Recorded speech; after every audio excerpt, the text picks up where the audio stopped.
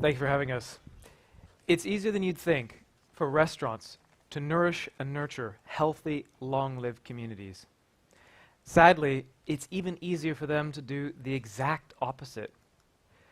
Nearly a decade ago, on a road trip across the US, I stopped in at a barbecue restaurant that seemed to be the hub of its community. It was really busy, and when I finally got a table, I ordered the healthy option on the menu. A salad with a prawn and some seeds on top. As I got stuck into my food, I had a look around at the other people that were there, going up for firsts, seconds, thirds, and then massive portions of sugary desserts. And I realized two things. First, these people were really enjoying their food. And second, their food was quite literally killing them. This was the most overfed and undernourished population I'd ever seen. There's a term for a community with an unusually high life expectancy. It's called a blue zone. We've been talking about it today. That restaurant community and its associated community there was surely a red zone. Take a second now to think about the last 2 meals that you went out to eat. Were those meals in support of your long-term health? And second, was the associated community there more of a red zone or a blue zone? According to a recent study by Open Table, the average person in the UK spends over £4,000 a year eating out. What are you getting for your money? Several years ago, I was working with a software company, and I got to enjoy some of the most fantastic restaurants on 2 continents. The food was beautiful, tasted fantastic, and yet unsurprisingly, the long-term health of the customer never featured. Think about it. Today, the vast majority of restaurants don't give nutritional information about what's actually on the food on the plate that you're eating. Specifically, they don't tell you how much of the energy on your dish is coming from carbohydrate or sugar in particular. Our vision to set up the Willow, a health hub that nourishes and nurtures its community, would not have materialized if it wasn't for my mum and co-founder Gail. We talked about this for years prior. Her steadfast view as a health practitioner of over 30 years is that lifestyle, diet, and community are incredibly powerful tools to promote wellness and prevent long-term chronic conditions like obesity and type 2 diabetes. Those points were never in doubt. My issues were always on the pragmatic business side. First, is there really a market for this? And second, how could we possibly communicate that complex nutritional message to the mainstream market without it being overwhelming or coming across as preachy? And third, how would we justify the higher menu price for food as medicine styled restaurant where the quality of the ingredients and the gentle cooking practices involved would result in higher costs?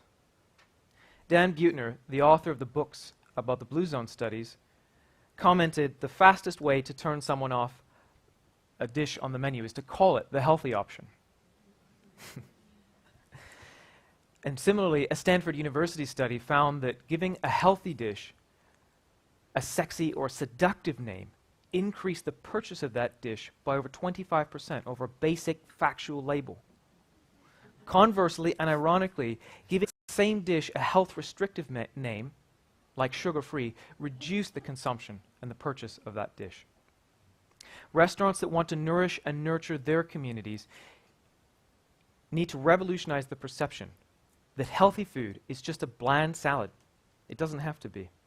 Healthy cuisine must delight the senses to be successful. I will show you some of the outcomes of our work in a minute, but first I'd like to introduce you to my colleague and friend, Ped. Dr. Rangan was talking earlier about fibromyalgia and that being one of the most difficult patients of someone to treat that he's experienced. Ped's going to tell you a little about his experience. Thank you, Josh. Rewind 11 years ago, and I was a relatively fit and healthy 30-year-old, or 30% through my journey to 100. Regularly playing football since I was a kid. But all of those years of playing the beautiful game started to take its toll on my body. I broke my hip playing football and could no longer play a game. Gutting. How was I now going to be talent spotted by Mr. Wenger? We can all dream. More seriously though, my exercise regime ground to a halt, but my relaxed attitude to what I ate carried on.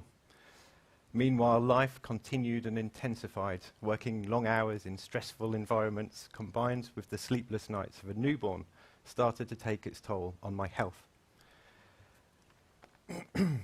I was struggling through the days with brain fog, achy muscles, painful joints and extreme fatigue, and was eventually diagnosed with ME and fibromyalgia, prescribed antidepressants and pain relief, and signed up for regular checkups with my GP.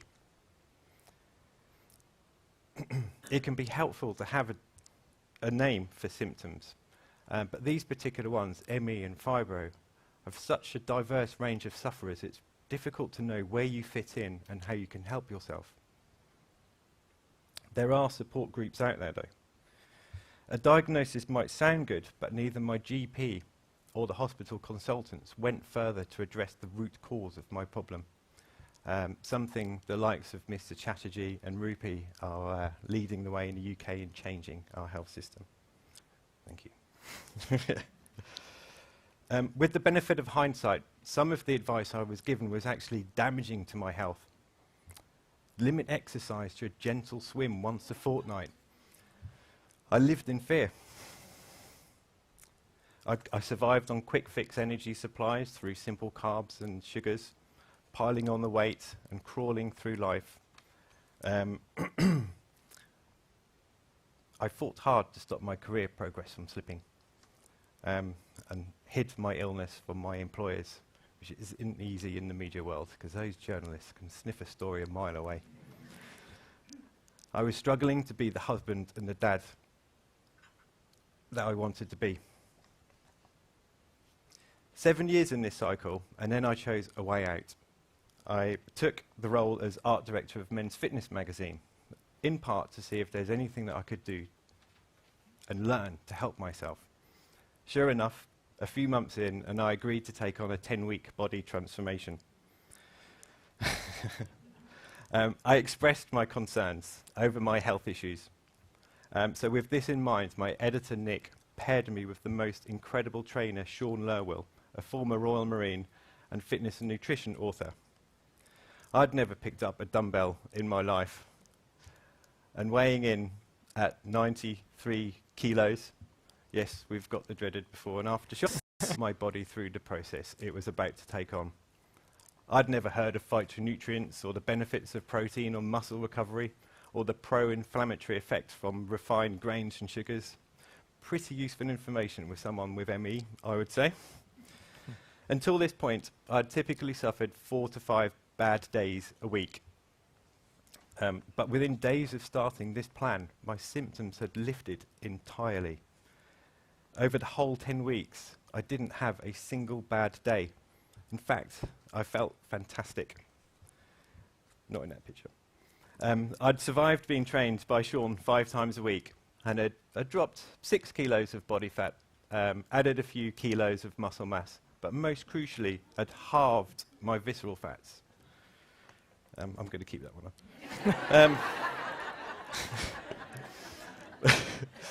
up. But my health journey didn't end there. It had only just started. Sean and the team had set me up to look at nutrition differently, and the penny had finally dropped. Food is information. That and the right kind of training for me and the associated lifestyle changes that had. Sorry. Was all it took.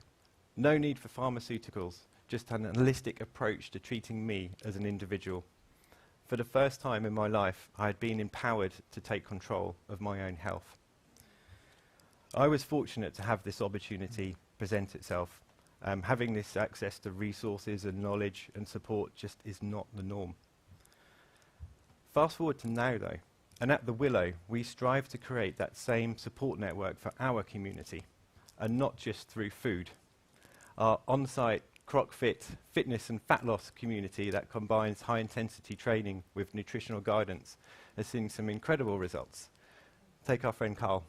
who's dropped from 96 to 77 kilos, dropping his body fat from 34 to 20% in just a few months, leaving him feeling not just fitter and healthier, but happier too.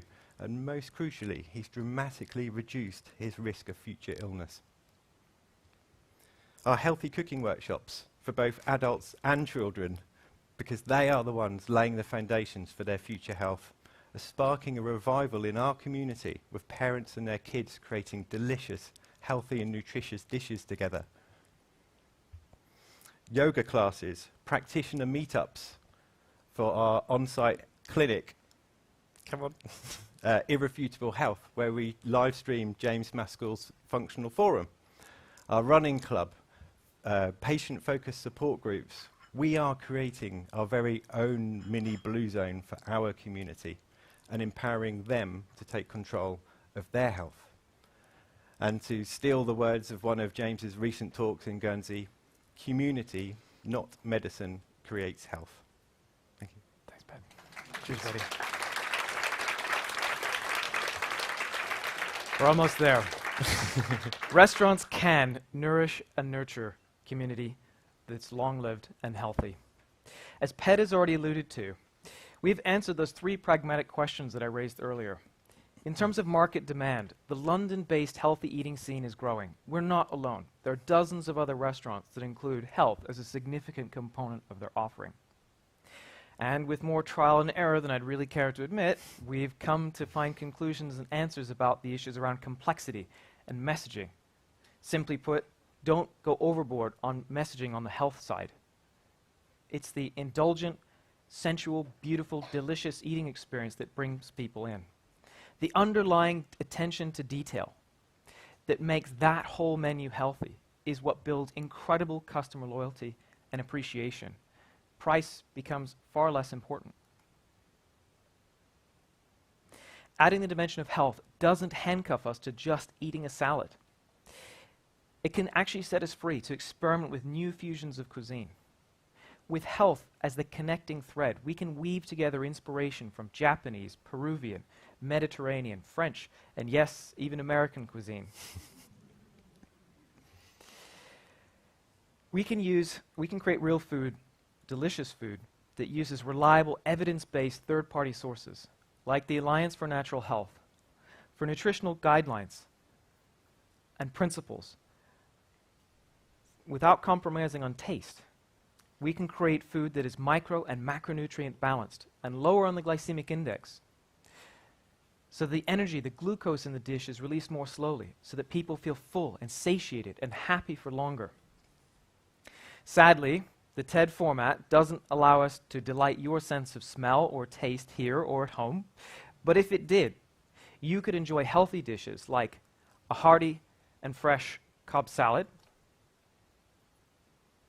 a pink Yoda raspberry protein smoothie, I love the name on that one, or a salsa and salmon fusion on a bed of seaweed tagliatelle, or crispy vegan falafel burger. And to finish it all off with a rich, decadent, flourless chocolate cake. When we first started doing this, we ran into a frighteningly labor-intensive process. On average, with all of the toing and froing, it was taking between 2.5 to 3 weeks to get every single dish from the head chef to a qualified health professional and then onto the restaurant floor. That was just simply not commercially viable. The consistent holdup in this process was the calculation of the nutritional information and guidance if it was appropriate for the 10 dietary requirements that we cater to. But this is the 21st century.